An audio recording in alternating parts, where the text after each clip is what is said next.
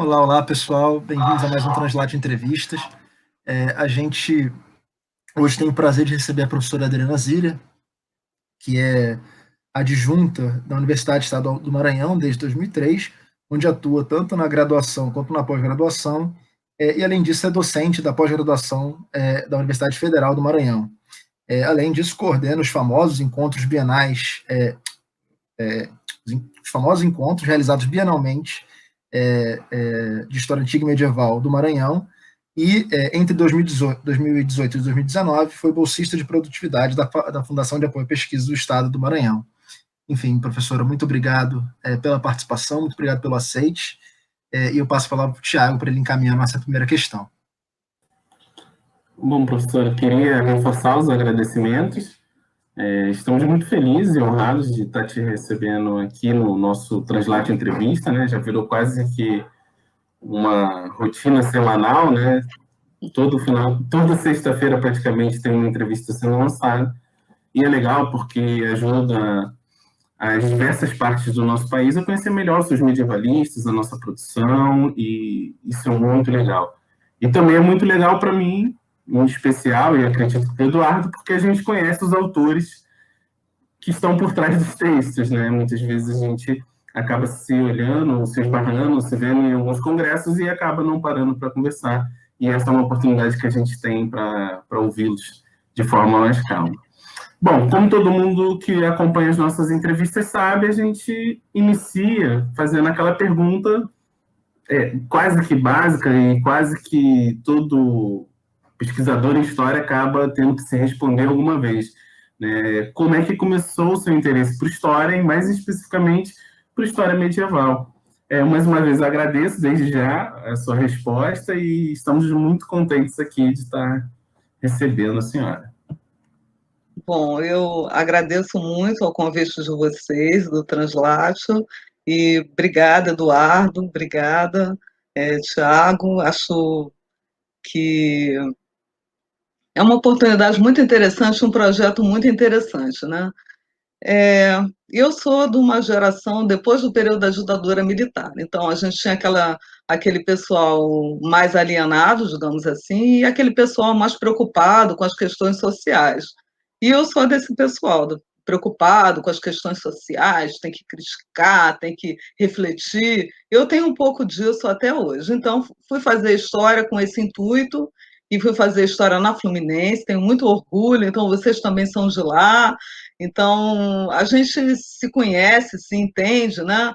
É uma satisfação ter estudado na Fluminense, lá estudei com a Vânia, estudei com o Ciro, estudei com outros professores, e foi muito importante na minha formação esses professores. Então, eu me interessei por história por causa disso. Agora, com relação ao período medieval, todo mundo vai rir, eu tenho até medo de falar isso, mas eu vou dizer, tá? Eu vou dizer, e quem quiser pode jogar pedra, não tem problema. Eu acho que a Idade Média tem uma magia. Olha a Idade Média fantasiosa, a Idade Média romântica, que até alguns professores já criticaram. E eu me interesso por esses temas da moda, e eu me interesso por uma magia, um encantamento. Desde que eu estou no ensino fundamental, tinha lá no meu livro didático aquela ideia do baú, aquele conhecimento e tal. Mas eu sempre gostei muito. Eu sempre gostei, e eu acho que, embora a Idade Média ela aponte para essa questão do encantamento, ela também tem muito a ver com os tempos atuais, e que também nos ajuda a nos tornar historiadores críticos. Né? Nem por isso seremos alienados. Então, em primeiro lugar, isso. E aí, não sei se eu continuo falando, mas assim, com relação à minha trajetória da graduação, bem diferente das de vocês. Na época que eu fiz graduação, eu tive a oportunidade de fazer um curso com a professora Vânia Frois, mais voltado para fontes mesmo, que ela trabalhava lá com teatro vicentino. Foi uma experiência muito interessante, um curso muito bom. Mas na minha época de graduação ainda não tinha muito essa questão da pesquisa. E eu fiz licenciatura e bacharelado. Logo quando terminei, fui trabalhar, fui dar aula, e fui dar aula no município, mas eu queria voltar para a universidade.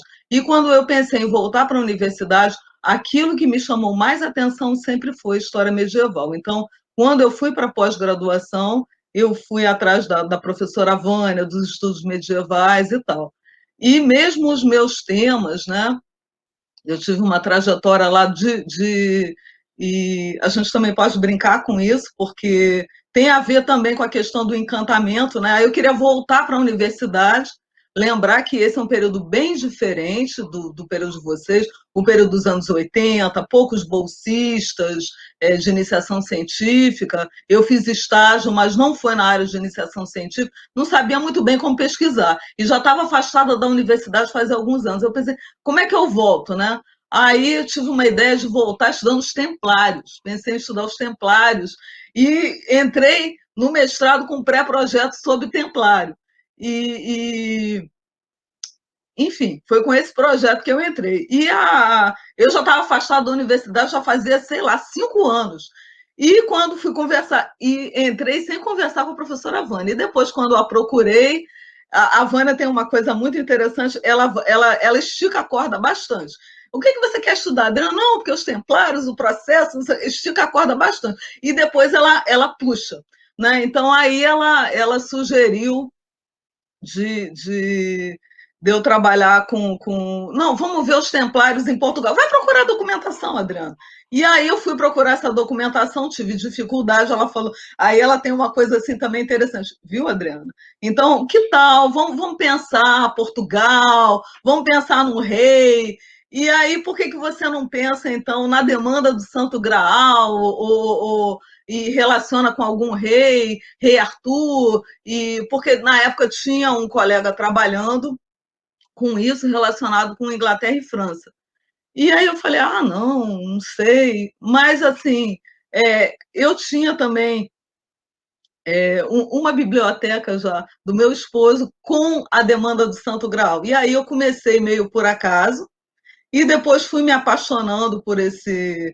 Quer dizer, é por isso que eu falo da mágica, viu, amados? Tem a questão da mágica para mim, porque as coisas elas vão se encaixando assim, não, a gente não sabe muito bem como. E aí, o rei que tinha a ver era o Afonso III, o rei de quando chegou a demanda do Santo Graal em Portugal. Andei dando uma olhada, eu não olhei o currículo do Eduardo, mas eu dei uma olhada no Tiago, vi que trabalha com Afonso III. Então, eu cheguei nesse tema, né? Acabei trabalhando com crônica durante o mestrado, com o rei Arthur e tal. E aí, quando chegou na hora de ir para o doutorado, eu fiquei pensando também em trabalhar com a questão do além medieval e trabalhar com a demanda do Santo Graal, porque é uma das minhas grandes paixões, a demanda do Santo Graal. E aí, a Vânia também falou assim para mim, mas Adriana, só uma fonte para o doutorado é muito pouco. Por que você não trabalha com a visão de Túndalo, que também é uma outra paixão da minha vida e que continuou, cresceu até hoje, né? Relacionado com a lei medieval. Mas, assim, são uns acasos, umas sugestões e que acabaram determinando as coisas que eu estudo, né? É isso, assim, dessa primeira pergunta, acho que é isso. Obrigado, professora. Então, eu acho que uma pergunta que acaba sendo meio que natural dessa trajetória que a senhora vem destacando para a gente. E se a senhora puder, então, pincelar um pouquinho mais de detalhe a sua trajetória de pesquisa, os seus interesses de investigação, como é que foi esse processo? Você já começou a abordar isso, mas da procura da fonte, como é que foram essas minúcias? Depois do doutorado, como é que evoluiu os seus interesses de pesquisa? A senhora aprofundou mais nos mesmos temas, diversificou? Como é que foi isso para a senhora? E se a senhora puder explicar como é que foi esse processo, a gente vai ficar muito satisfeito. Bom, assim, tudo como eu vou, tudo vai assim crescendo e eu tenho um interesse assim por muitos temas, né? Eu eu sou interessada em vários temas assim. Então, quando chegou no, então assim, o mestrado foi meio assim, como eu estou contando para vocês, meio por acaso, né? Eu entrei com esse desejo lá meio difuso. Eu sabia que eu queria voltar para a universidade e fazer pós-graduação. Eu senti esse desejo, mas assim muito bem o que eu ia estudar eu não tinha. Então isso foi crescendo lá no grupo da Vânia, no escritório. Então ela fez essa sugestão, por que não um rei português, já que o escritório trabalha principalmente com Península Ibérica, por que não um rei português? E, e por que você não compara também com essa questão se o mito arturiano foi um modelo, se o rei Arthur foi um modelo? Então eu acabei me apaixonando por isso e trabalhei com essa temática no mestrado, né? Trabalhei com crônicas, com Crônicas de Rui de Pina, Crônicas de 1419, por um lado, e por outro lado também imagens do rei Arthur como guerreiro. Me chamou muito a atenção a questão do rei Arthur como rei guerreiro, rei justo, né? Tanto na demanda do Santo Graal, quanto em outras fontes latinas, a história Regum Britanniae, trabalhei com isso no mestrado. Aí depois,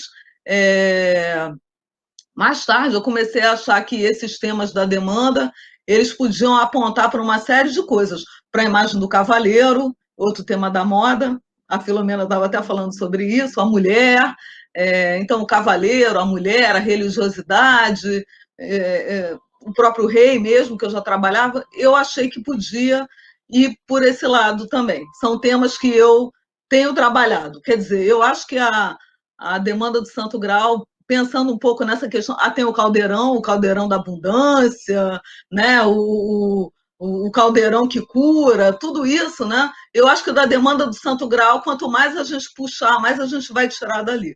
Eu acredito muito nisso. E no doutorado, então, no doutorado eu entrei com essa ideia inicial de trabalhar com além medieval e começou com essa questão, com a visão de Túndalo. Então, eu comecei com a visão de Túndalo e o processo da visão de Túndalo também foi um processo também assim muito por acaso. A Vânia mencionou, olha, tem a visão de Túndalo, é uma narrativa de viagem imaginária ou além, e aí eu comecei a pesquisar, a procurar a versão portuguesa, eu não encontrava, então eu cheguei uma vez lá no fundão e atrás dessa revista, a Revista Lusitana, onde tem a versão portuguesa da Visão de Túndalo.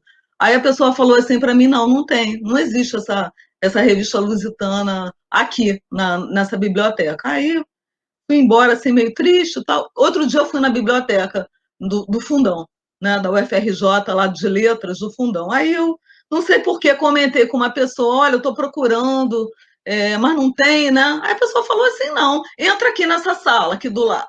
Nessa sala tem. E aí tinha vários exemplares dessa revista Lusitana. Então tudo vai acontecendo desse jeito meio, entre aspas, os fios invisíveis de contato e tal. E aí eu comecei, então, com a visão de Túndalo, e dentro da visão de Túndalo também outras narrativas de viagem foram me interessando, a viagem de São Brandão, a carta do Prestes João das Índias, aí outras narrativas portuguesas, o Conto de Amaro, eu fui me interessando por uma série de viagens imaginárias.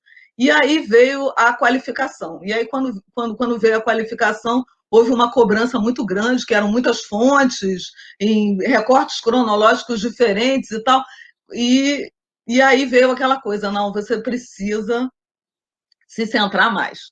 E aí veio a dinastia de Avis com a crônica de Dom João I, porque eu trabalhava com a versão da visão de Túndalo que circulou em Portugal, e aí então foi sugestão da Vânia, vamos nos concentrar na crônica de Dom João I.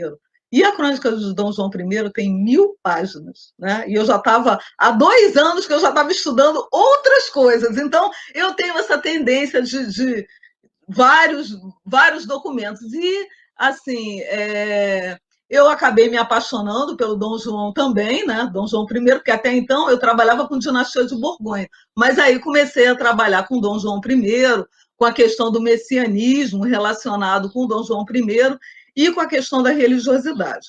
Quando eu terminei, mas a minha, digamos assim, as minhas 2 grandes paixões são a demanda do Santo Graal, são as fontes literárias, e a visão de Túndalo. Eu estou sempre enxergando muitas coisas ali. E quando eu terminei, então, o doutorado e pensei no pós-doutorado, a minha grande paixão voltou, então, para a visão de Túndalo. E existe um manuscrito iluminado da visão de Túndalo, Vision do Chevalier Tondel, que é um manuscrito iluminado, produzido no século XV, que atualmente se encontra nos Estados Unidos, e eu fiz o meu pós-doutorado com Jean-Claude Schmitt sobre isso. Então, eu agora quero aproveitar para contar aqui de primeira mão, porque foi essa semana, então, para contar para vocês que eu fui contemplada finalmente na Bolsa de Produtividade do CNPq.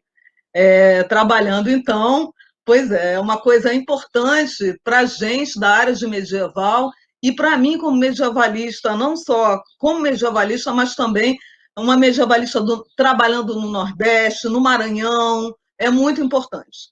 Então, assim, nós aqui no Maranhão, nós só temos bolsistas de produtividade, um bolsista de produtividade na área de história na UFMA.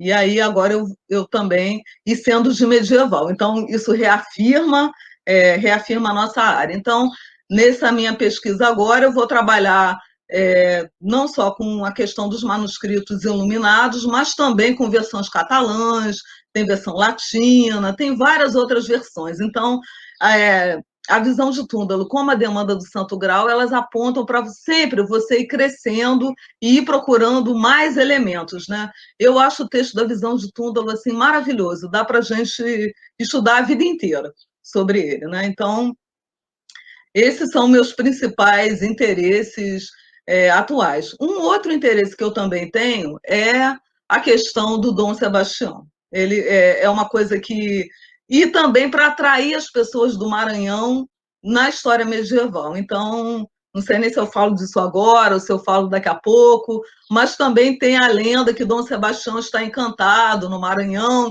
e essa é uma ligação, ajuda a ligar o Maranhão com a história medieval, com o rei Arthur, a gente vai juntando tudo e eu acho que também é uma coisa interessante e importante da gente. Mas por que história medieval no Maranhão? Aí eu sempre falo de Dom Sebastião, sempre. Todos os momentos que eu posso, eu falo disso.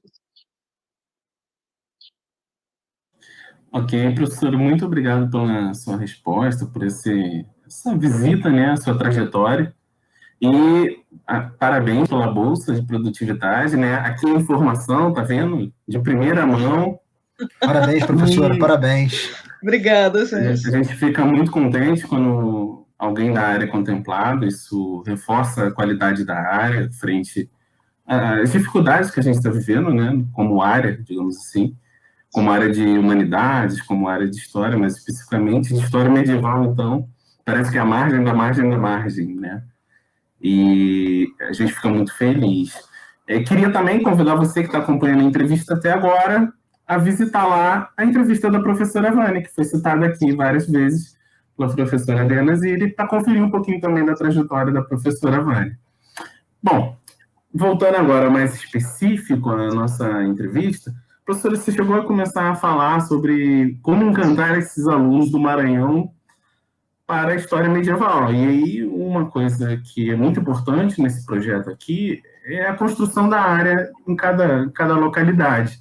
Então, se a senhora puder falar um pouquinho para a gente como foi esse desafio, né, de construir essa área de história medieval no Maranhão, né, num momento, como você estava falando, de dificuldade de acesso a bibliotecas, a fontes. Hoje a gente até tem um acesso bem considerável, ainda que por via remota. Mas eu imagino que no início isso era um pouco mais difícil, e que os alunos devem ter participado bastante da sua biblioteca, né? Porque, fundamentalmente, isso ainda acontece aqui no Rio de Janeiro também. Né? Uhum. Então, se a senhora puder falar um pouquinho dessa trajetória, da construção, a sua chegada na UEMA. Gente, obrigada por essa pergunta, né? Então,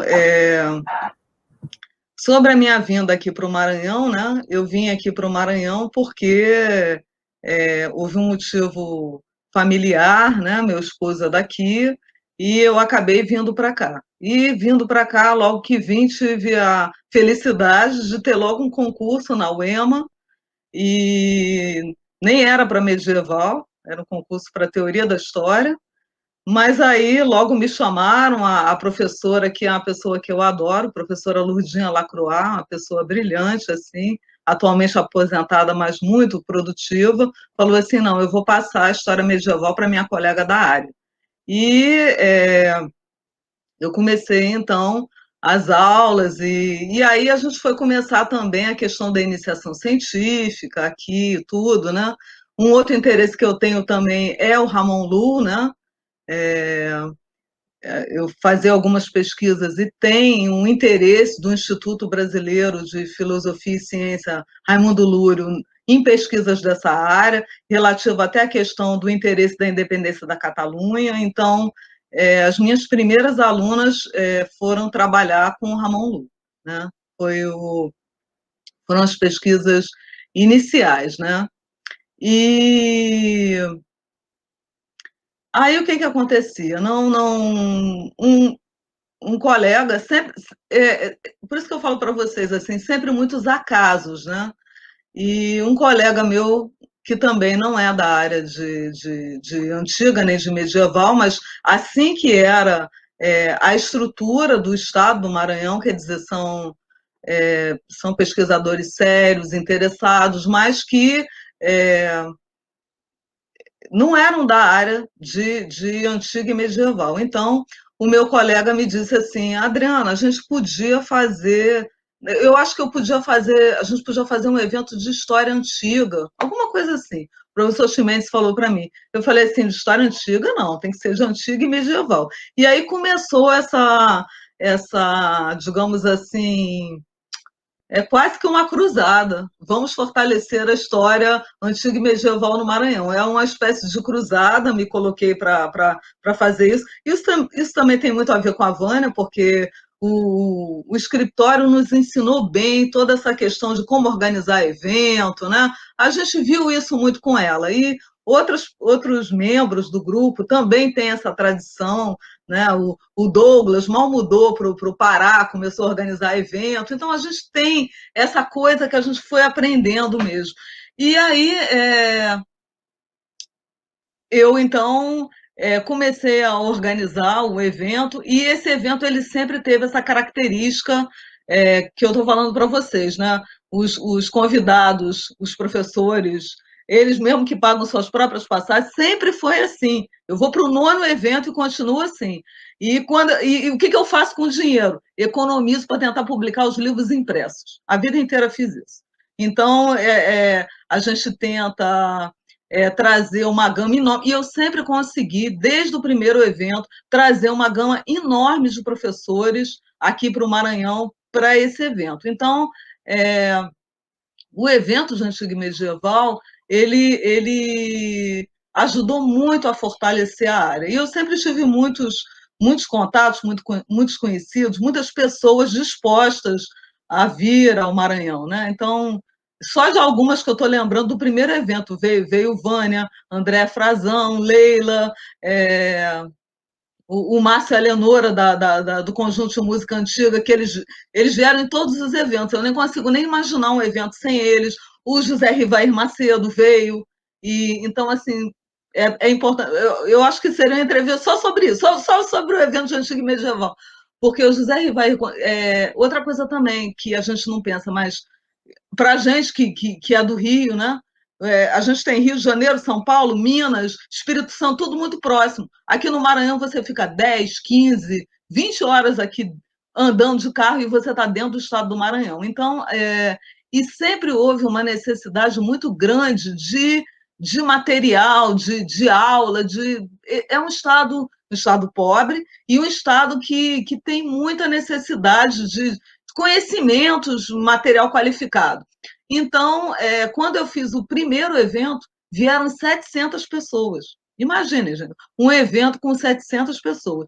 E o José Rivair Macedo, na época, ministrou uma conferência, que também já deu entrevista aqui, então eu mesma faço a propaganda, assistam a entrevista do professor José Rivair Macedo. Então, o professor Rivair, ele ministrou uma conferência sobre cinema, inclusive tem livro sobre isso, né? E uma conferência sobre cinema. Nós fizemos, na época, o evento no Centro de Convenções da UEMA, no campus. esse centro de convenções depois foi até desativado. Nós alugamos as cadeiras, aquelas cadeirinhas de plástico, e quando ele terminou a conferência, as pessoas bateram palma para ele de pé. 700 pessoas de pé. Então, assim, são essas coisas assim que tem no encontro de Antiga e Medieval. Então, assim, sobre esse encontro, quem não veio quer vir, tanto aluno quanto professor, quem já veio quer voltar. Então, assim, uma síntese, e ele é movido muito por essa vontade que a gente tem de fortalecer e cada vez mais pessoas, né? Outra brincadeira que também que eu vou contar para vocês, assim, para vocês se divertirem, tem quase que uma coisa assim, quantas vezes eu já fui no evento. Então, tem assim, uma brincadeira entre o professor Mário Jorge, também assistam a palestra dele, a entrevista, e o professor Sérgio Felsman, da UFES. Quem já veio mais? Então, tem essas brincadeiras com relação ao evento. Né? Então, assim, digamos assim, que o carro-chefe, assim, eu acho que do fortalecimento da história medieval aqui no Maranhão é o evento. E eu não sei explicar, às vezes eu estou desanimada, não quero fazer, mas depois eu vou me animando 2019. 2019 eu estava meio desanimada. 2019. Nós estamos em 2021. 2019 eu estava assim meio desanimada, quando começou esse governo novo, eu falei, nossa, para que história, para que a gente, para que tudo, né? E aí eu estava meio desanimada. Aí começaram alguns professores a ficar me pressionando. Adriana, cadê o evento? Qual é a data? Eu quero comprar minha passagem. Assim mesmo, entendeu? Então a gente tem também isso, professores que nos procuram, que querem saber quando é que vai ter o evento. E aí depois a gente estava com uma crise generalizada, a FAPEMA abriu, porque afinal de contas os professores pagam as passagens, mas o evento tem material, tem cadernos de resumos, tem uma série de coisas, tem gastos no evento, né? E a gente precisa de recursos. Então a FAPEMA cancelou, né? E aí a gente conseguiu um auxílio da reitoria. Então a reitoria que ajudou a hospedagem, essas coisas que a gente tem que fornecer alguma coisa para esses professores que vêm. Então eu acredito que muito essa animação relacionada. Então, assim, graças aos eventos, os alunos aqui do Maranhão tiveram a oportunidade de encontrar uma série de professores de laboratórios qualificados, né, tanto nacionais quanto internacionais. Então, a gente já teve aqui, né, o grande o professor que eu acho mais maravilhoso de todos, que é o Jean-Claude Schmitt, né? Então, já que eu não tive a oportunidade de conhecer o Jacques Legoff pessoalmente, mas o Jean-Claude Schmitt sim, então, até isso a gente já teve. A única coisa que a gente ainda espera, ainda um convidado importante, é o professor Hilário Franco Júnior, que é um professor de peso que a gente ainda não conseguiu que viesse ao Maranhão, mas assim, professora Filomena, que já foi entrevistada, vários professores, outros, né? A gente teve também, eu mais recentemente, professora Maria Eurides, mais recentemente eu tive um contato com o Grupo Luso Brasileiro, então nós também trouxemos professores desse grupo aqui, né, a professora Manuela Mendonça, a Margarida Garcês Ventura. Então, assim, essa trajetória da história medieval no Maranhão, ela está muito ligada com o evento e eu sou muito animada assim de colocar os alunos para estudar. Então, assim, em alguns estados aqui do Nordeste havia inicialmente um determinado preconceito com relação à história medieval, quer dizer, não conseguir bolsa. Isso aqui existia. Tem professores que já me relataram isso, de não ter possibilidade de conseguir bolsa de iniciação científica se fosse na área de história antiga e medieval. Mas isso nunca aconteceu aqui no Maranhão. Não é uma característica. Então, é aquela coisa, se você tem um bom currículo, você produz, aí você pede bolsa de iniciação científica, você consegue. E junta, né? Então, a gente tem o evento, tem a possibilidade. E também, como é que eu vou dizer assim? No início, esse evento foi muito bem recebido por todo o corpo docente, mas depois não. Depois não houve. Depois não foi assim tão bem visto o evento.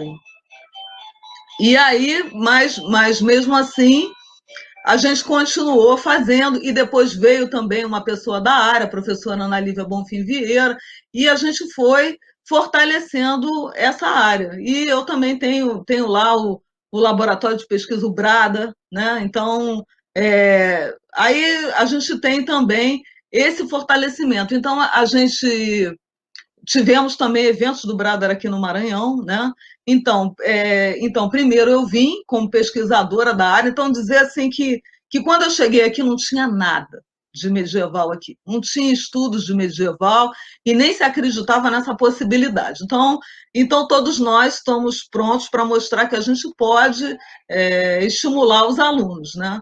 E depois disso veio a professora Ana Lívia, da área de Antiga, e nós criamos também um outro laboratório, que é o Laboratório Mnemosine. Então, o Brader e o Mnemosine ficaram fazendo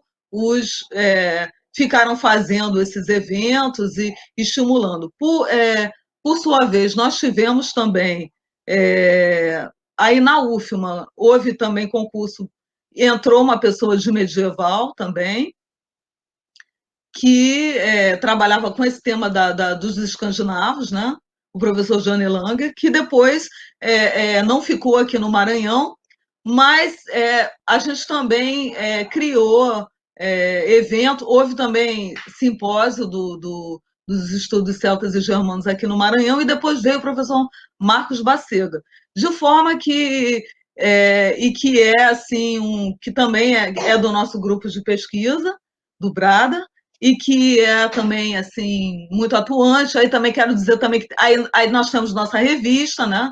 Nossa revista Brada, aí tem a Mirabilha também, e o professor Marcos também, assim, Marcos Bacega é um grande companheiro medievalista que também tem interesse nesses temas que eu tenho, interesse nos temas arturianos, que eu não falei isso antes, mas quando eu comecei lá no mestrado com essa coisa do rei Arthur, eu imagino que as pessoas deviam dizer assim, nossa, lá vem aquela moça da professora Vânia que trabalha com as brumas de Avalon. Eu imagino que as pessoas deviam comentar isso lá pelos corredores. Os professores, mais assim, literatura, rei Arthur, isso não deve ser sério. Então, assim, e até hoje nós temos poucas pessoas trabalhando com essas temáticas, né? Principalmente eu, professor Marcos Bacega, e a professora Rita de Cássia Mendes Pereira, lá da UESB. Então, o professor Marcos também veio integrar lá a UFMA, e nós também temos um trabalho muito bom no sentido assim, afinado. Nós temos um trabalho muito afinado, nós dois, e tudo isso tem levado a muito interesse cada vez maior. Quer dizer, o interesse pela área vem aumentando, e cada conquista nossa, cada coisa que a gente consegue, né? Então, se a gente consegue recurso, aí pede recurso para edital universal para tentar comprar livro para a biblioteca, faz evento, aí ganha uma bolsa dessas, né? Bolsa de produtividade, primeiro. Enfim, a gente tem. Como é que eu vou dizer? A gente tem tentado estimular bastante, estimular os alunos, e a gente tem tido uma resposta muito positiva. Então, essa que é a história assim, a construção da área de medieval. E quero falar também sobre isso, que anda tendo uma tendência, inclusive grande, na Universidade Federal do Maranhão, que é onde... Porque as nossas pós-graduações aqui no Maranhão são bastante recentes. Então, nós tivemos, em 2012, a pós-graduação em História da UFMA, e eu tenho o prazer, a honra de ter participado desde o princípio, e em 2014, a da UEMA. E aí, todas as duas têm caminhado muito bem. E eu tenho percebido que na UFMA, onde o doutorado surgiu primeiro, o doutorado, acho que a primeira turma, acho que é de 2019, se eu não estou enganada, de doutorado, a turma de doutorado. Nós já tivemos nessa turma 2 alunos de medieval, e agora passaram 3, em 2020. Então, só para vocês verem Só para vocês verem que a nossa área ela se encontra em plena expansão. E ainda passou mais uma pessoa numa seleção de 10 vagas. E passou também uma pessoa de antiga. Então, a área de antiga e medieval ela tem tido um crescimento muito grande. E na UEMA, né, minha universidade de origem, a gente tem também sempre alunos de medieval e agora começou o doutorado. É o primeiro doutorado profissional do país. Então, assim, a gente vê que o Maranhão está indo bem na área de história. Né? E eu acho que a nossa área medieval só tende a crescer aqui. Então, assim, e logo quando eu vim para cá e comecei a trabalhar aqui, e eu sempre volto na Fluminense para participar de banca, de evento, uma série de coisas. E aí, uma vez eu me encontrei lá com uma moça que estava fazendo mestrado, ela falou assim, nossa, mas você foi para o Maranhão? Eu falei, porque no Maranhão tem recurso, tem possibilidade de publicar livro, tem possibilidade de fazer evento, tem possibilidade de desenvolver uma área. E a gente também tem tido essa política também de publicar livros, né? Eu tenho essa preocupação, porque falta, e a gente precisa do material físico. Então, assim, eu tentei criar, junto com os meus colegas da área, coleções. Né? Então, nós temos a coleção de história antiga e medieval, que está relacionada com os eventos e com nossos contatos com os vários laboratórios importantes no Brasil e fora. Então, tem essa coleção, que já tem 7 volumes, estou olhando para ele, o 8º tem que sair. E detalhe, são todos impressos. E eu, até onde eu puder, vou publicar impresso. Claro, agora a gente está disponibilizando, colocando no academia.edu, tudo isso. Mas eu considero importante fazer o livro impresso. Esse livro ficar impresso, ficar na biblioteca, ficar para os alunos consultarem, fica mais fácil. Aí também tem uma outra coleção também, nas trilhas da Antiguidade e Idade Média, e eu já participei também de vários editais edital de fomento. Aqui no Maranhão, a FAPEMA é muito atuante e, se a gente pedir recurso e tiver bom currículo, consegue. Então, a gente tem publicado. Tudo isso são coisas que têm fortalecido a área. Então, é isso. É bolsa de iniciação científica, evento acadêmico, possibilidade, né, estímulo que a gente vai dando para os alunos, vai pegando na mão e vai tentando. E esse contato também é importante de pessoas de fora aqui no Maranhão, e a gente faz o contrário também. Né? A gente procura estimular também os nossos alunos a apresentar trabalho em outros eventos, aí no evento da BREM, e no evento do PEM, Programa de Estudos Medievais da UFRJ, evento do escritório. A gente tem também na Paraíba, tem um grupo muito bom da professora Luciana Eleonora, que é da área de literatura, também gosto muito. Enfim, tentar circular com os alunos e estar em contato com outros pesquisadores nacionais e internacionais. Obrigado por esse panorama, né? Essa ideia de quando a senhora chegou, realmente não tinha ainda uma área existente, uma área consolidada no Maranhão, mas é muito interessante essa narrativa de como foi sendo construída, os eventos, a participação dos alunos, as bibliotecas, a importância que teve o evento nesse processo. Muito interessante, é exatamente esse tipo de panorama que a gente fica muito feliz de ouvir aqui nessas entrevistas e, enfim, para poder entender como é que se dá, como é que se formou e se estrutura o campo aqui no Brasil. E só para dar um panorama, né, do que a gente vem trabalhando até agora, eu e o Thiago, realmente a tendência foi essa, sair do Sudeste e se espalhar pelo Norte, pelo Nordeste, pelo Centro-Oeste. Isso é um fenômeno recente, e é justamente na cronologia que a senhora está falando, os anos 2000, sobretudo a partir de 2008, 2010, que esse processo se dá. Então é muito interessante ver como é que essas coisas vão se organizando. Mas a senhora comentou, na sua última resposta, um pouco dessa sensação, mas para que fazer? Não estou com vontade, essa nossa conjuntura atual. Enfim, e é isso, mas no final das contas a senhora foi lá e fez o evento. E aí a pergunta é, bom, então, o que mobilizou essa decisão? Né? Além dos professores mobilizando a senhora, falando com a senhora, o que influenciou nessa decisão? Ou seja, a pergunta que eu quero fazer é, qual a função social que nós temos que te estimulou, então, a manter a organização do evento no ano de 2019? Qual a função social que nós temos no Brasil, como medievalistas?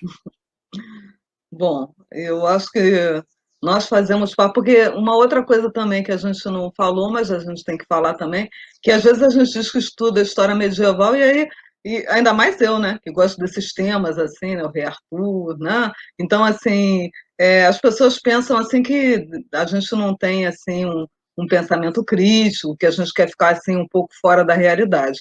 E não é nada disso, né? Nós queremos assim, eu acho assim que o mais importante da história medieval e da história, eu acho que a história medieval nos ajuda a entender que o passado tem relação com o presente. Então, tudo aquilo que o Mark Bloch dizia lá no livro dele, Apologia da História, que a gente tem o presente e a gente olha para o passado para responder perguntas do nosso presente. Então, a Idade Média, ela tem essa importância, ela tem relevância para a gente compreender.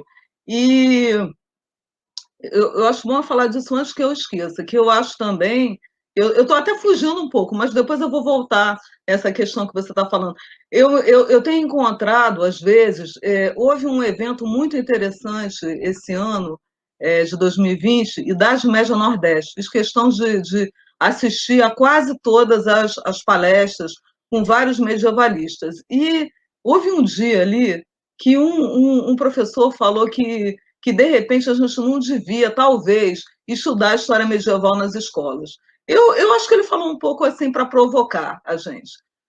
Mas eu acho que não, que as outras pessoas acham que isso é verdade. Então, eu acho que nós, em vez da gente ficar dando tiro no nosso próprio pé, quer dizer, o professor de história contemporânea fala assim: ah, para que história medieval? História medieval não serve para nada. Aí o outro de Brasil fala: não precisa não, a gente tem que estudar. Ou então o professor de história da África, agora a gente tem que estudar a África, mas não precisa de medieval. A gente está dando tiro no nosso próprio pé. Porque para o nosso aluno, vamos pensar um aluno, o nosso aluno não da universidade, o nosso aluno do ensino fundamental, aquele aluno. Para aquele aluno do ensino fundamental, o que interessa? Uma coisa que aconteceu lá na época da ditadura militar, há 60 anos atrás. O que interessa para aquilo? Para a gente pode ser muito recente, mas para ele não é. Então, quando a gente fala que existem determinados momentos na história que a gente não precisa estudar, para que Idade Média, a gente nega toda a história. Então, esse é um primeiro ponto que eu acho importante, porque para um menino de 12 anos, o que interessa para ele o que aconteceu há 5 anos atrás? Não interessa para ele. Num mundo acelerado, que a gente está tendo muitas transformações o tempo todo, não interessa as coisas do passado. Então, eu acho que dentro do período que o Brasil tem a ver com o período medieval, que a gente tem ainda reminiscências hoje, e no Nordeste mais ainda, nós temos literatura de cordel, nós temos mito de Dom Sebastião, nós temos festa do Divino Espírito Santo, então nós precisamos olhar lá, mais ainda, o período medieval, para poder compreender essa sociedade hoje. Então, com relação a por que fazer o evento e o evento também tem essa mágica que eu brinco com vocês, né? Ele tem uma coisa assim independente. Você começa, ele começa a andar sozinho também. Mas eu acho que nós, como profissionais da área de educação e da área de história, temos que nos afirmar ainda mais nesse momento.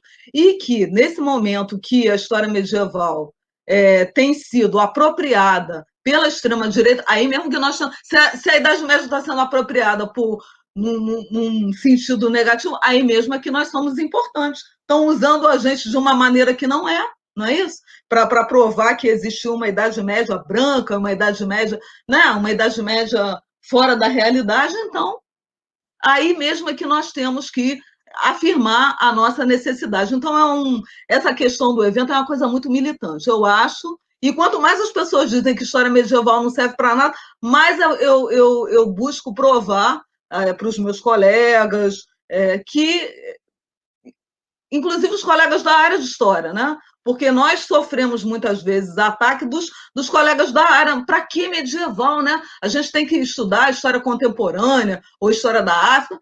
Também é muito importante, claro, fundamental. Mas, né, como é que nós vamos entender o presente se a gente não olha o passado? Então, é um dos motivos de manter o evento de Antiga e Medieval. Um dos motivos é esse. E os alunos eles têm que refletir.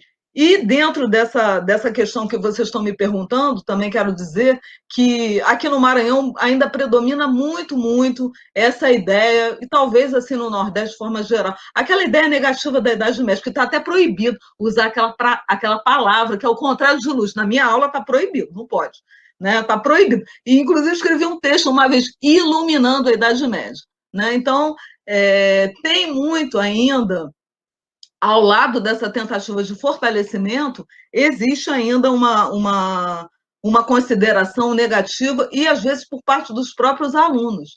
Então, dentro também do ensino de medieval, eu tenho procurado chamar a atenção dos alunos que existem problemas no mundo atual, né?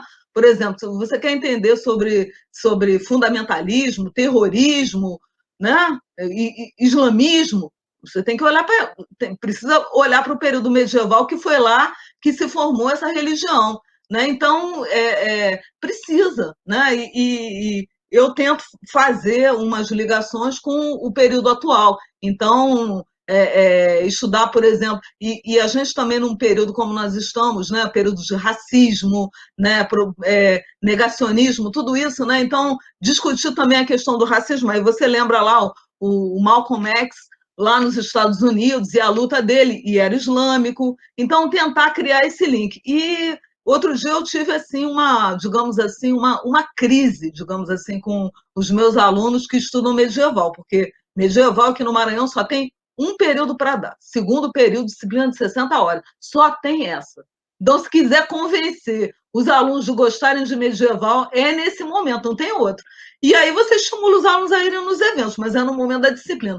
Aí eu estava com os meus alunos, que são os alunos da noite, e que faziam a disciplina comigo no sábado. Gente, e nesse período da pandemia, nesse período todo de dificuldade, aulas à distância, alunos assistindo às aulas pelo celular, né? E os alunos começaram a ficar muito. Quer dizer, juntou tudo, juntou a dificuldade dos alunos com esse período da pandemia, juntou a dificuldade mesmo de estudar, acompanhar as aulas, com esse preconceito muito grande relacionado com a Idade Média. E eu falei para eles, olha, eu não quero saber, eu quero que vocês pensem em alguma coisa. Então, qual é a nossa função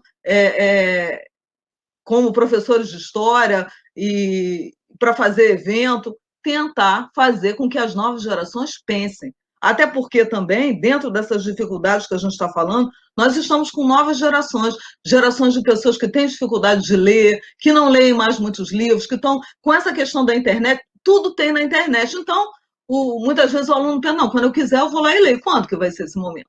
Então, a gente está vivendo também esse momento. Então, eu considero que nós, como professores e medievalistas, nós temos essa função de enxergar, ajudar o aluno a enxergar aquele período com outros olhos, né, de mostrar a importância daquele período, e também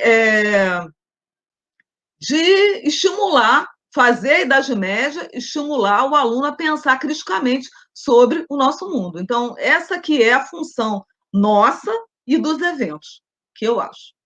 Então, por isso, continuar fazendo evento. Quando a gente começa a ficar muito desanimado, volta. Aí volta tudinho.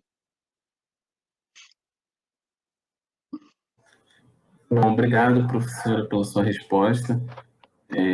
De fato, esses últimos 2 anos, principalmente, parece que têm sido muito pesados para todo mundo, para os professores, para os alunos, e eu diria até para a sociedade brasileira como um todo.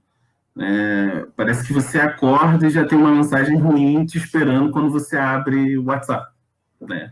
Então, verdade. É bem complicado. E, inclusive, hoje, mais cedo, eu estava dando aula e eu conversava com meus alunos, né? Eles assistem muito Netflix, jogam jogos de celular, enfim, e eles falavam que nos últimos tempos a maioria das séries e filmes são todas pensando tragédias, fim do mundo, apocalipse, e as alternativas que aparecem sempre nesses filmes é sair da Terra, né? A Terra já está perdida, a alternativa é sair da Terra.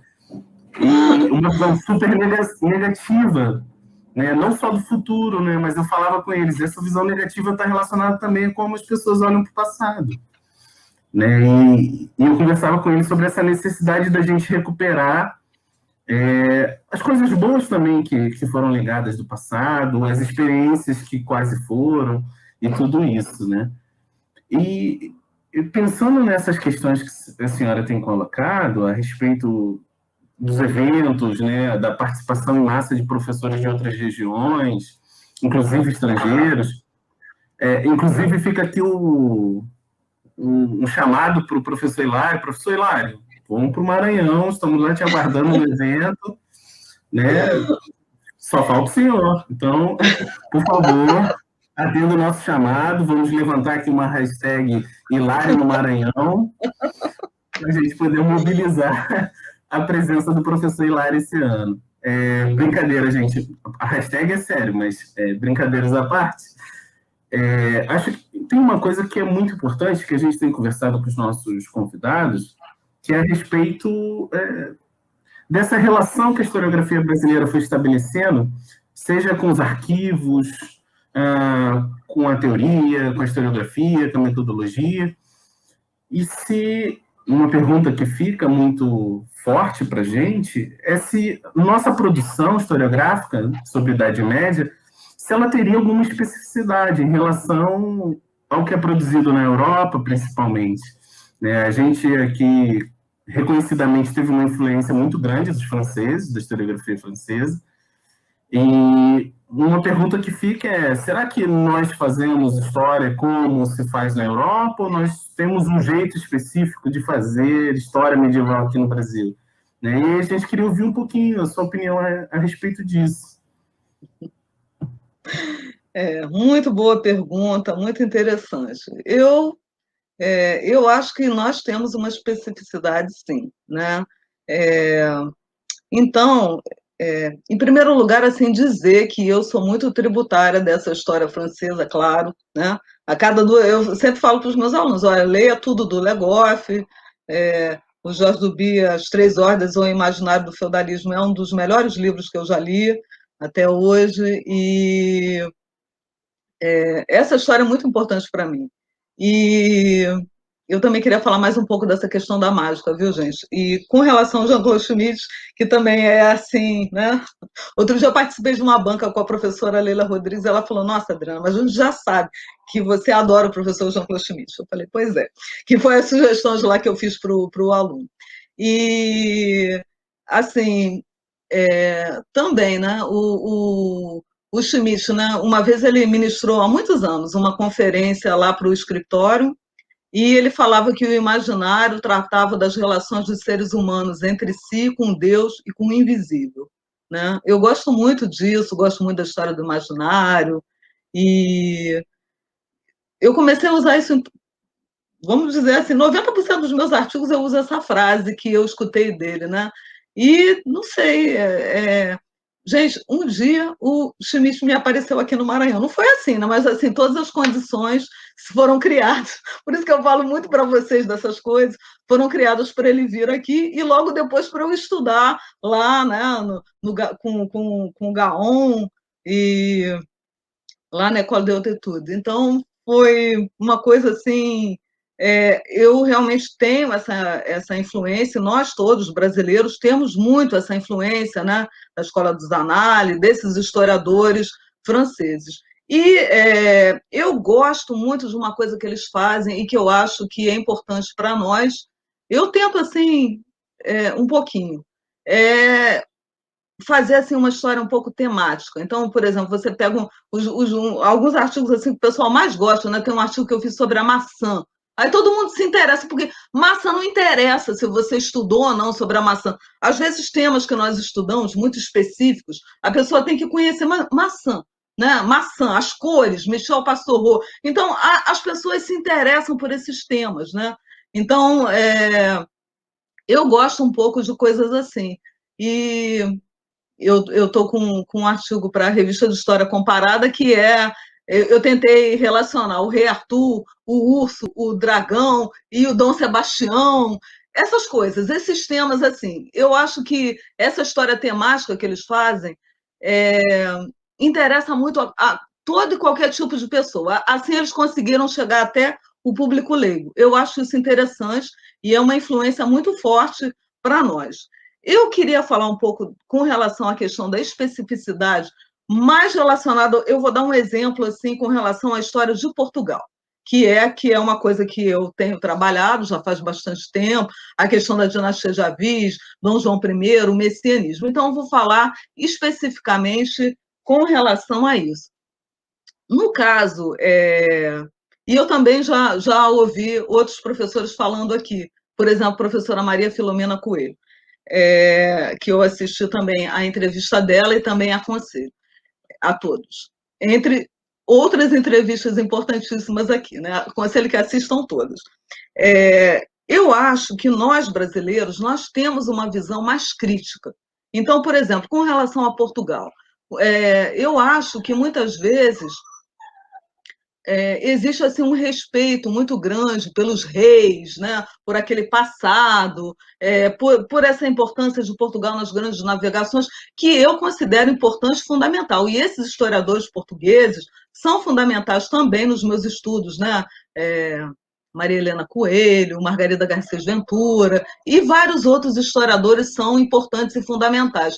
Mas nós temos um olhar um pouco mais distanciado e um pouco mais crítico. Então, com relação, por exemplo, à figura do Dom João I, eu gosto, por exemplo, do Armindo de Souza.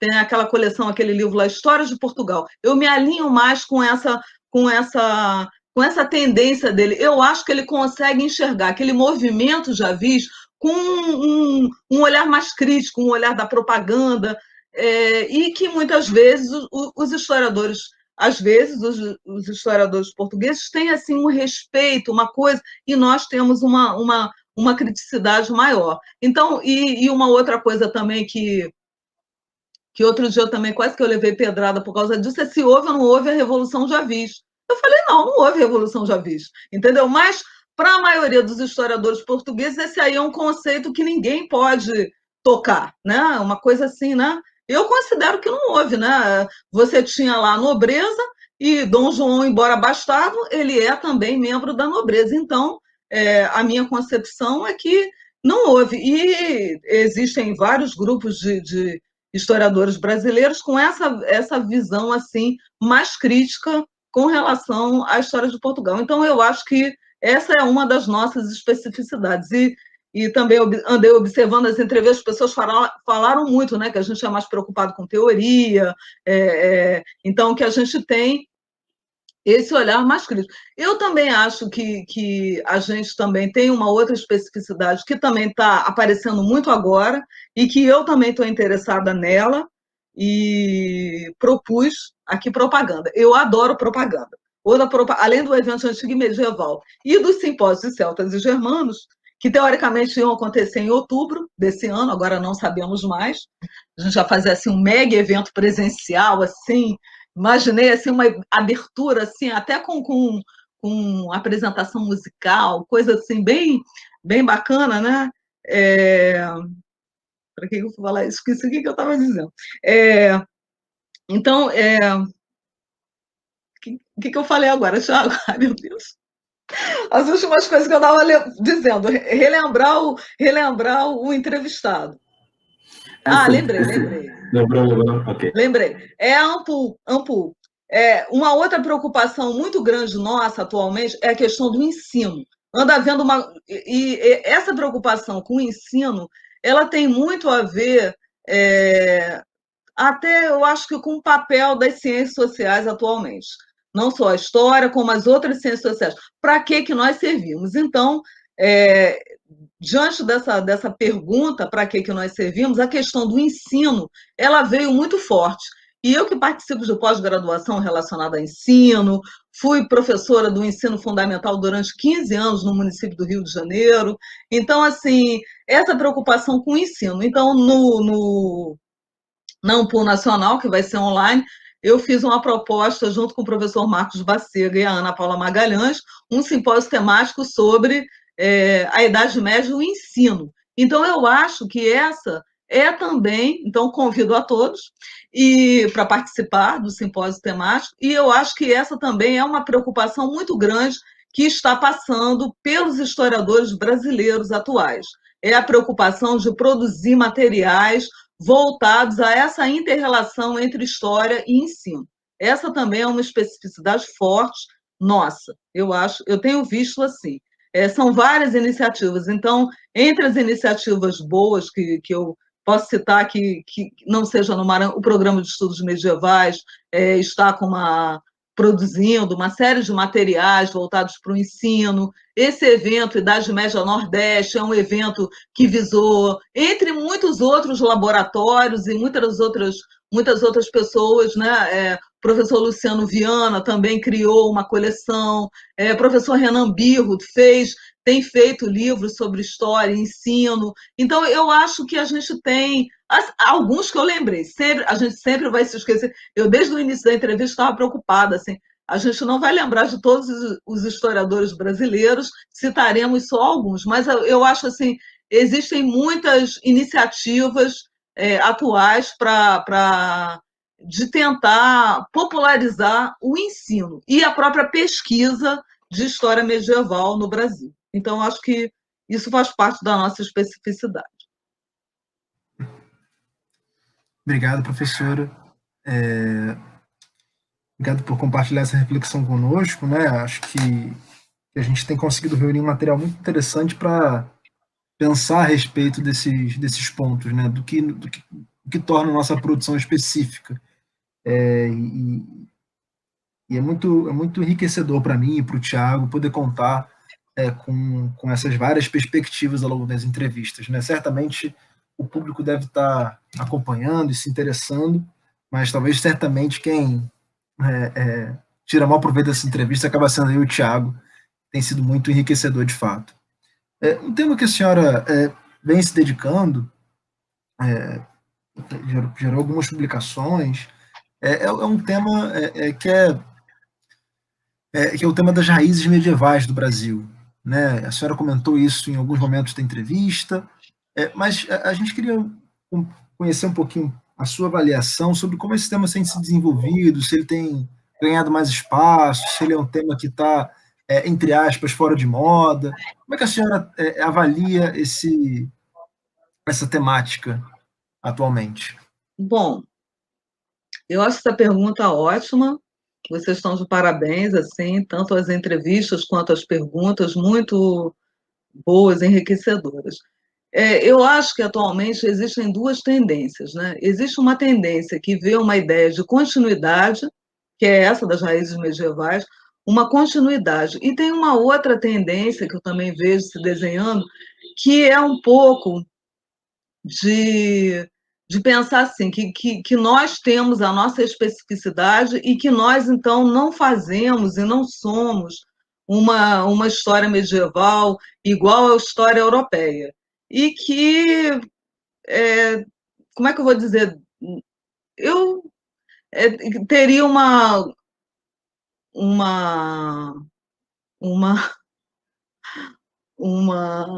Você colocou isso aqui?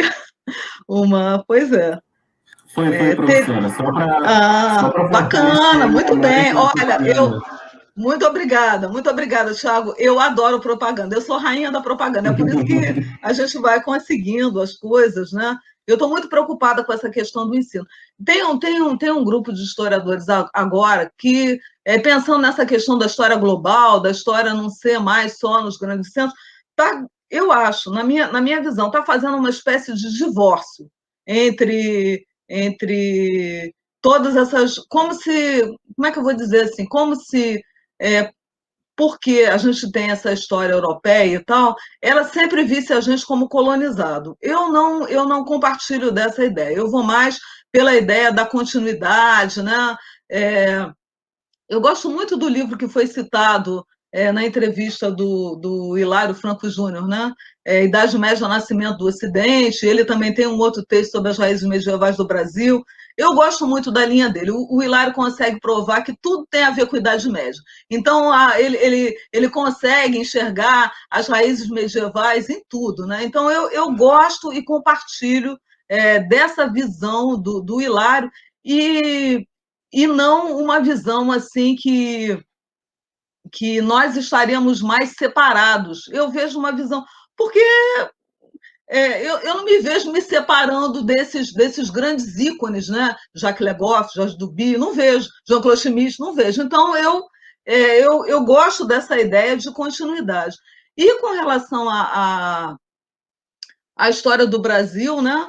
Nós não tivemos Idade Média no Brasil, mas nós tivemos o nosso período colonial. Então, os portugueses, vem aí a história do imaginário. Então, nós não tivemos a Idade Média mesmo no Brasil, mas nós tivemos as ideias, e são as ideias que movem o mundo. Então, esses portugueses que vieram para o Brasil, eles trouxeram as suas crenças, as suas festas, suas festividades, né? A sua religiosidade, e tudo isso foi relido, claro que não é igual.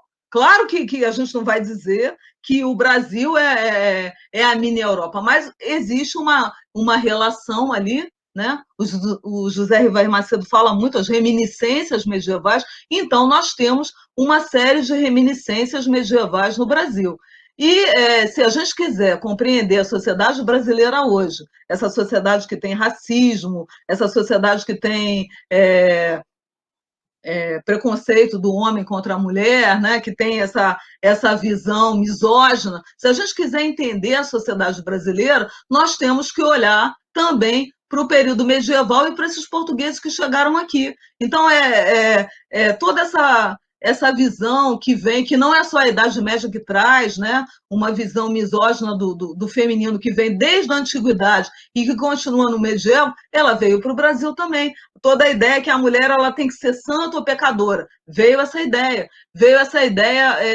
da religiosidade cristã. Então, a Idade Média está fora de moda. Puxa, mas e o crescimento do cristianismo no Brasil, tanto na vertente católica quanto protestante? Então, como é que nós não vamos discutir isso? Então, assim, a gente precisa se preocupar com essas coisas. Então, toda a questão que a gente tem no Brasil do trabalho, o trabalho manual, que não era valorizado, era feito pelo escravo, e aí você tem o grande proprietário de terras, e a gente tem também a ideia que sempre, né, aquele que não trabalha, que não faz o trabalho manual, esse aqui é o bom. Então, a gente tem até hoje no Brasil, quais são as profissões boas, né?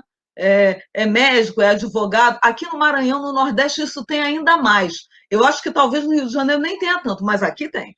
Então, aquela importância ainda de você ter o diploma de doutor, e doutor não é doutorado de história, doutor é o diploma de você ser advogado ou um médico que é também considerado doutor. E aí isso vai conversar lá com as universidades, que tem lá no período medieval, lá que começou. Então, eu vejo essa história muito como continuidade. Eu trabalho muito com essa questão da continuidade. E com relação às questões do Maranhão, especificamente, né?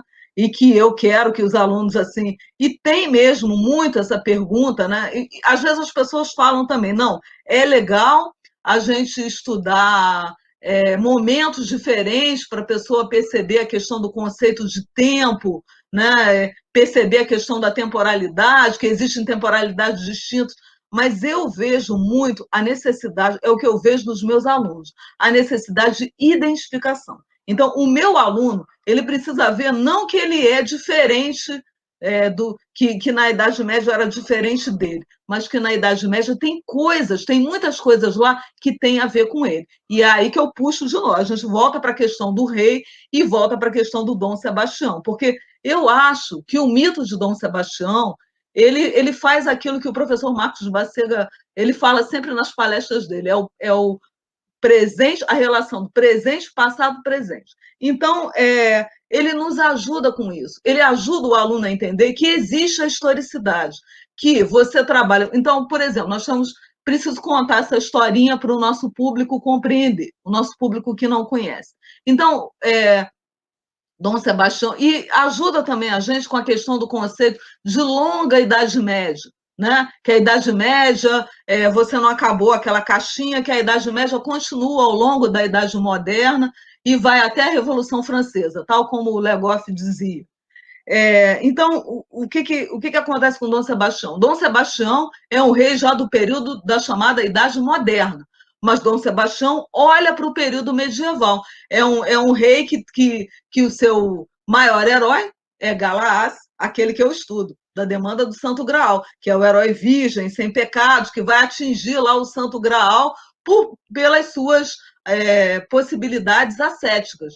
Então, uma coisa estranhíssima, Dom Sebastião, com 24 anos, não havia se casado, sendo que não havia descendentes ali para a dinastia de Avis. Mas ele tinha esse ideal influenciado pelas obras de cavalaria, como a demanda do Santo Graal. E aí Dom Sebastião vai naquela batalha, morre, né? E os portugueses eles ficam assim, digamos assim, órfãos, e logo depois tem a União Ibérica. Então, para os portugueses, o que é o retorno de Dom Sebastião? O retorno de Dom Sebastião para os portugueses é o retorno de Portugal como uma grande potência, como aquela potência do início das grandes navegações. Isso aqui é o retorno de Dom Sebastião para os portugueses. Mas quando esse mito, porque os portugueses vieram para o Brasil, quando esse mito vem para o Brasil, ele aí adquire novas características, ele se funde com essa cultura que tem no Brasil, cultura indígena, cultura africana, e aí ele vai adquirir novas nuances. E com isso, então, nós temos os movimentos messiânicos, Lacanudos, Contestado, movimento da Serra do Rodeador, tivemos esse, e nós tivemos também esses movimentos que diziam que Dom Sebastião vai voltar e trazer uma vida boa para pessoas pobres. E nós temos aqui no Maranhão uma coisa assim surreal, é que Dom Sebastião vai voltar hoje. E que Dom Sebastião não só vai voltar, mas ele está no Maranhão. Então, Dom Sebastião está no Maranhão, Dom Sebastião está encantado no Maranhão, numa região lá de difícil acesso. O nome da ilha é a Ilha dos Lençóis. Então, não são os lençóis maranhenses que a gente vai aqui perto de São Luís. É uma região difícil de se chegar. Do município de Cururupu, você só chega lá de barco. Não tem energia elétrica. Pois é, a gente não sabe como. Então, nessa região lá, meio com características de deserto, as pessoas acreditam que Dom Sebastião vai voltar e vai trazer riqueza para essas pessoas pobres, que são pescadores, são de origem albina e tal. Então, Dom Sebastião, para eles, está encantado, na forma de um touro negro, com uma estrela branca na testa. Então, é igual Dom Sebastião. Um dia, ele é igual o rei Arthur, aliás. O rei Arthur, que um dia foi ferido em batalha, um dia, quando nós precisávamos mais dele, não sabemos quando, nós estamos precisando muito agora, mas não é agora, a gente tem que esperar mais. Um dia o rei Arthur vai voltar, e o Dom Sebastião também. Um dia ele vai ser desencantado, essa estrela na testa, né, vai ser atingida lá por um guerreiro de grande coragem. Nesse momento, então, o reino de Queluz vai subir, no mesmo momento também São Luís vai afundar, viu, gente? Os pobres vão ficar ricos, mas São Luís, uma ilha acende, a outra afunda. São Luís vai afundar, e aí a gente vai ter riqueza, felicidade para as pessoas pobres. Então, eu acho interessante essa questão dessa continuidade, dessa longa duração e dessas raízes medievais no Brasil, porque mostra que a história se movimenta, né? A história, como diz Mark Bloch, ela é continuidade, mas ela é perpétua mudança. Então, essa história, ela era uma coisa em Portugal. O retorno de Dom Sebastião é uma coisa, nos movimentos messiânicos já é outra coisa, e você tem no Maranhão da contemporaneidade, não é lá no século XIX, nem no início do século XX, é agora. Se a gente for lá agora na Ilha dos Lençóis, as pessoas vão estar falando de Dom Sebastião para a gente. Então, a gente vê como que essa história nossa, né, a história do Brasil, está ligada à Idade Média. É o exemplo maior que a gente pode dar. Sem contar que a gente tem também aqui no Maranhão muito forte a festa do Divino Espírito Santo, também muito importante aqui no Maranhão, é muito comemorado. A gente tem Alcântara, que fica no continente, que tem lá a festividade todo ano, e vem da festividade medieval, da rainha Isabel, esposa de Dom Dinis. Então, a gente tem essas ligações e que eu acho que eu me aproveito ao máximo delas, para ver se a gente estimula as pessoas do Maranhão, que é onde eu estou, mas de repente todo o Brasil, a estudar a história medieval. O objetivo é esse, é que não só nós, especialistas, mas também que a gente consiga chegar lá no público leigo, para que não fique só os curiosos falando uma série de coisas que não são verdadeiras e as pessoas acreditando. Então, o olhar do historiador precisa ser escutado, e é escutado nisso, nesses temas que ligam passado e presente.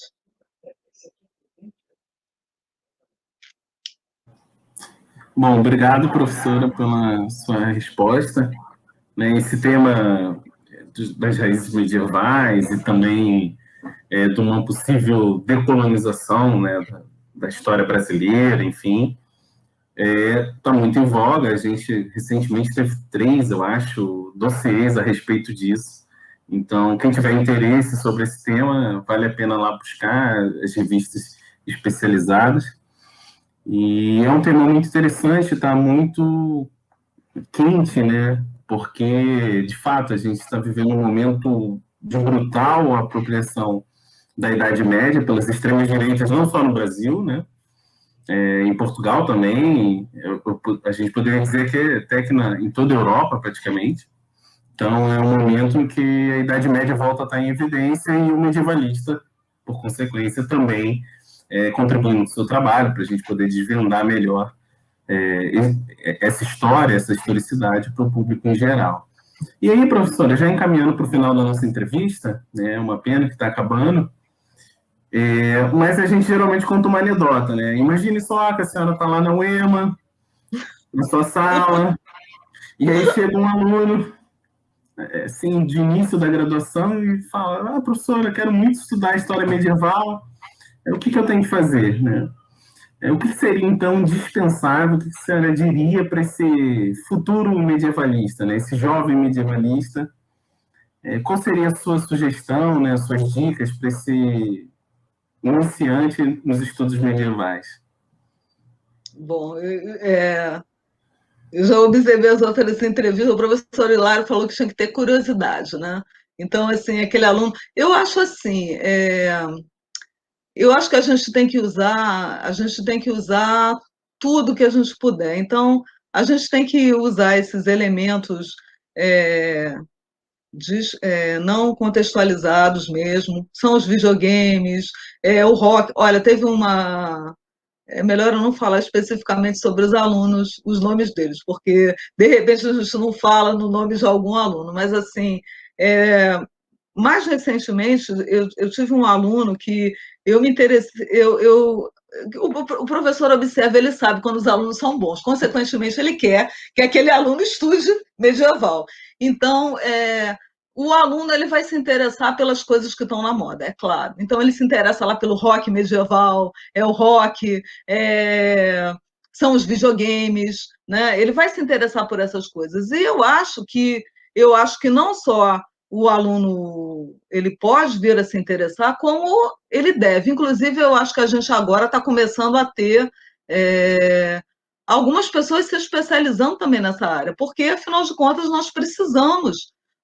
porque se nós, da área, não dermos respostas, vai ser só o senso comum que vai dar. Então, quem tem que explicar se tem historicidade ou não, se o Harry Potter tem a ver ou não, se o Game of Thrones tem a ver ou não, se aquela série... Eu adorei aquela série que muitos detestaram, Cursed, A Dama do Lago, lá com a fada, o Rei Arthur é negro, ela que é a principal para encontrar a espada, a série que passou no Netflix recentemente, agora, em 2020. Eu adorei, achei ótimo. Então, o aluno vem para a gente com essas...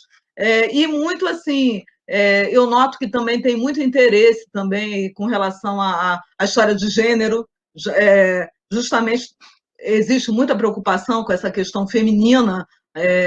Atualmente estou com muitas alunas com isso, né? O que o aluno precisa? Então, você procura, eu procuro mais ou menos com os meus alunos, ver o que eles gostam e tento propor para eles temas dentro do que eles gostam, mas que tem alguma coisa a ver comigo. Então, vai muito, né? Vai muito essa questão o aluno, a gente, e também, assim, os grupos que têm se desenvolvido melhor e na experiência que a gente tem tido também, tanto a minha experiência com o escritório, quanto com vocês do Translaço, o PEN, e minha experiência também lá no GAON, quer dizer, a gente observa, né, que esses grupos se encontram frequentemente, esses grupos estão sempre juntos, então precisa ter muitos encontros, muitas reuniões, né?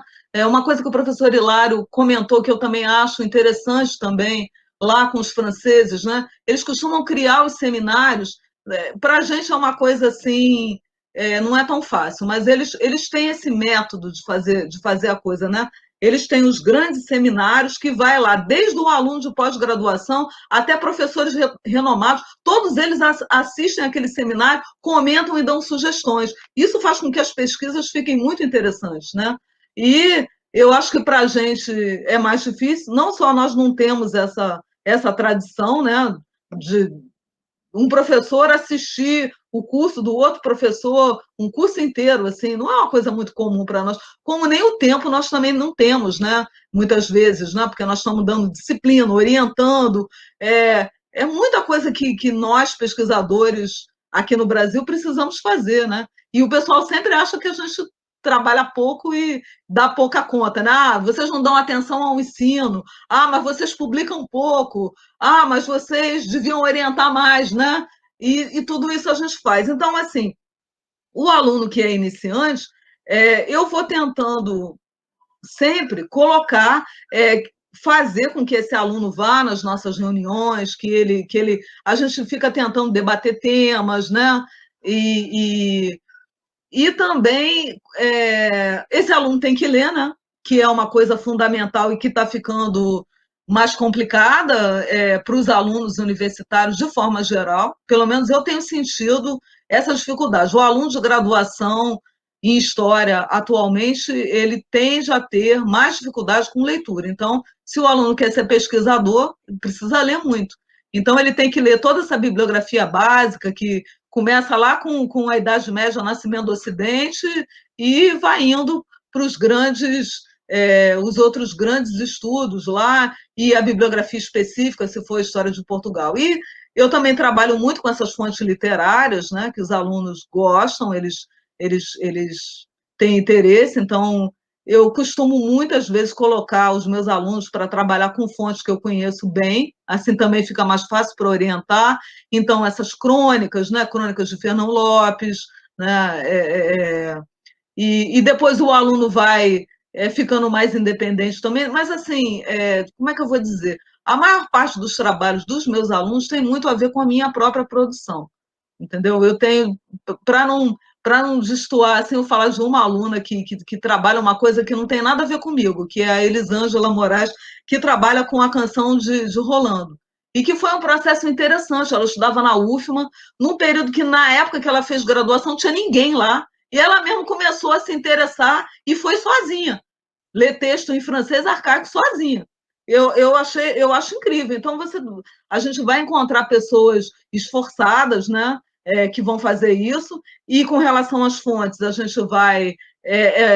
A maioria das nossas fontes que a gente usa com os nossos alunos são fontes em português arcaico, são mais fáceis, né? Então, a gente vai fazendo isso com os alunos, né? Vai tentando, né, unir o interesse dos alunos com aquilo que a gente conhece. Eu tenho também algumas alunas que estudaram a visão de Túndalo, né?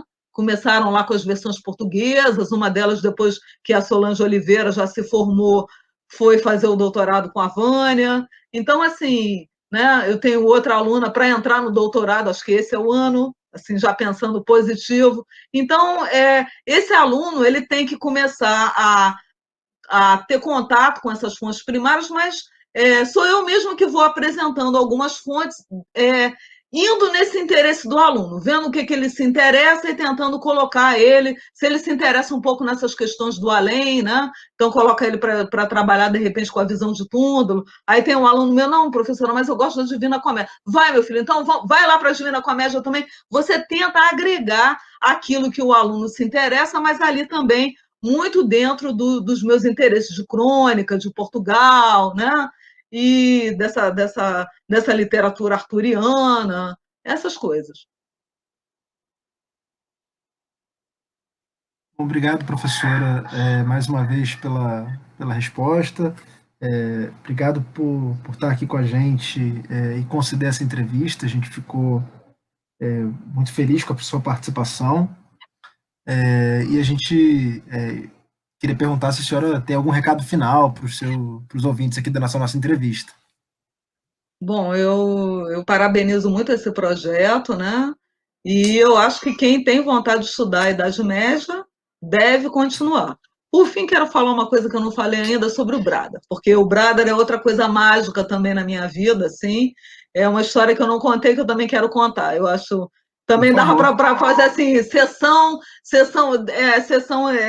eventos de antigo e medieval e sessão Brada, né? Como todas as coisas na minha vida são assim muito por acaso. E por isso que eu falo para os ouvintes e que estão nos assistindo, né? Se você gosta de história medieval, estude história medieval. História medieval tem futuro, história medieval dá para vocês conseguirem bolsas de iniciação científica, mestrado, doutorado, pós-doutorado. Então, tem campo, tem possibilidade de estudar história medieval no Brasil, tem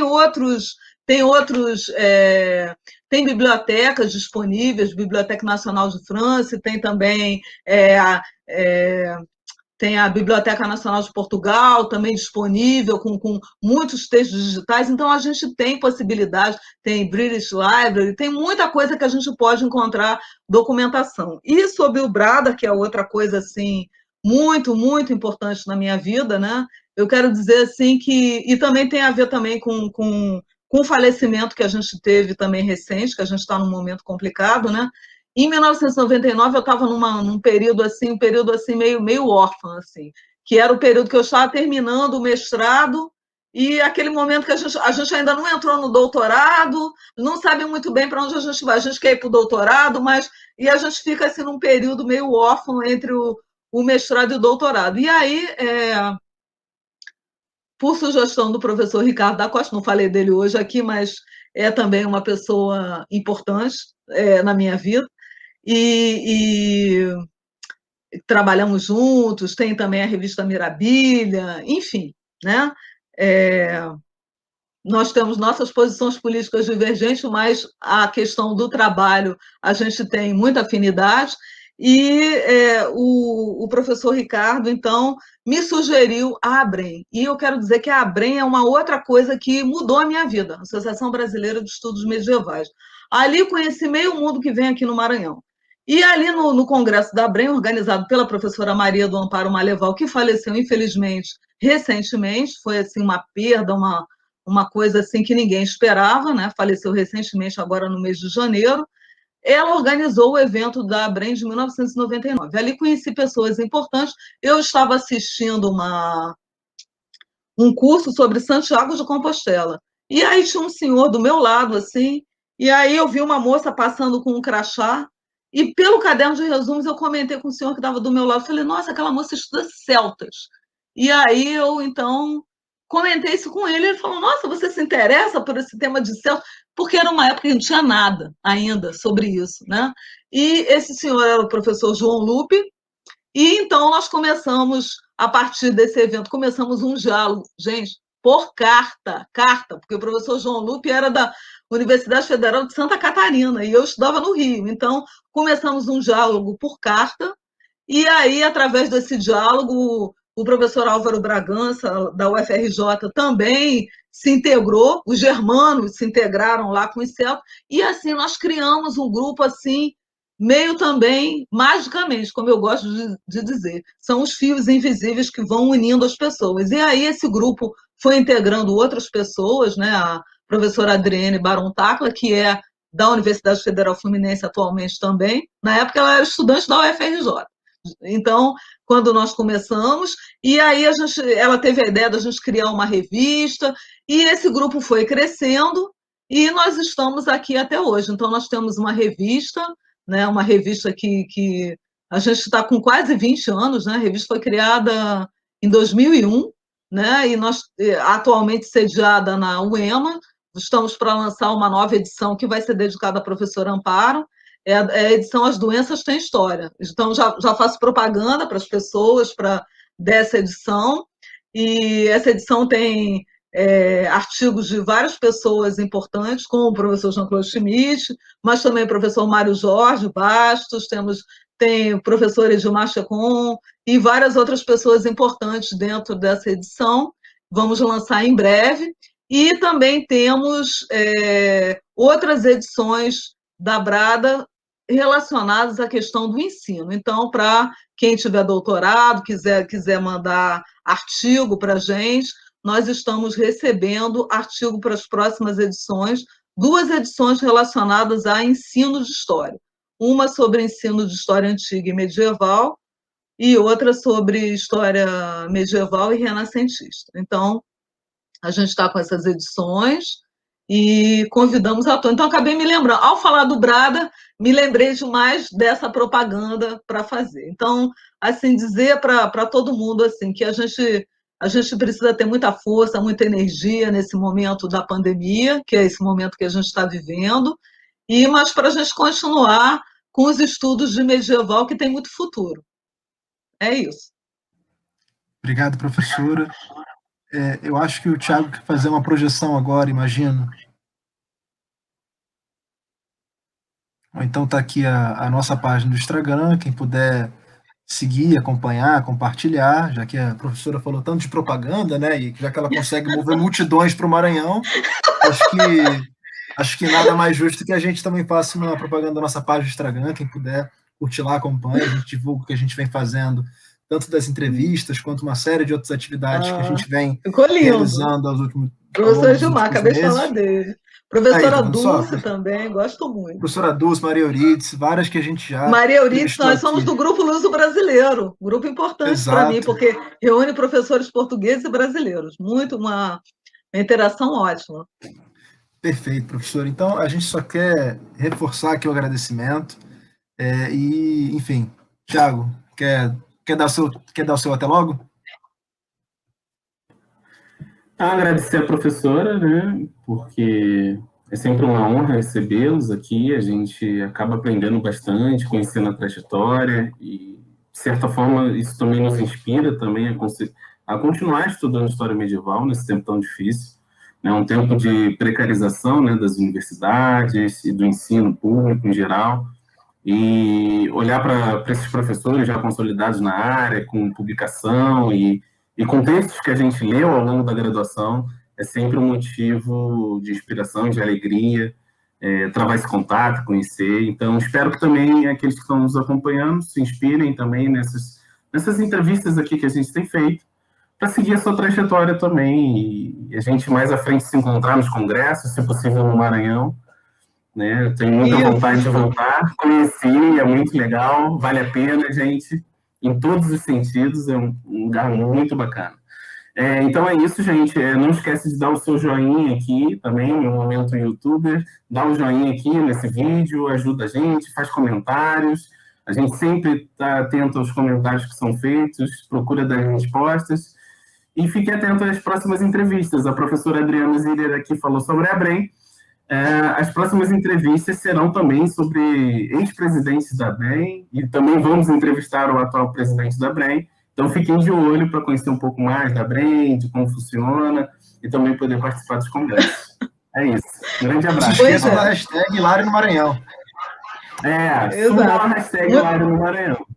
Trending topic no Twitter, vai ser. Muito obrigado pela oportunidade e sucesso. Valeu, pessoal. Tchau, tchau. Tchau.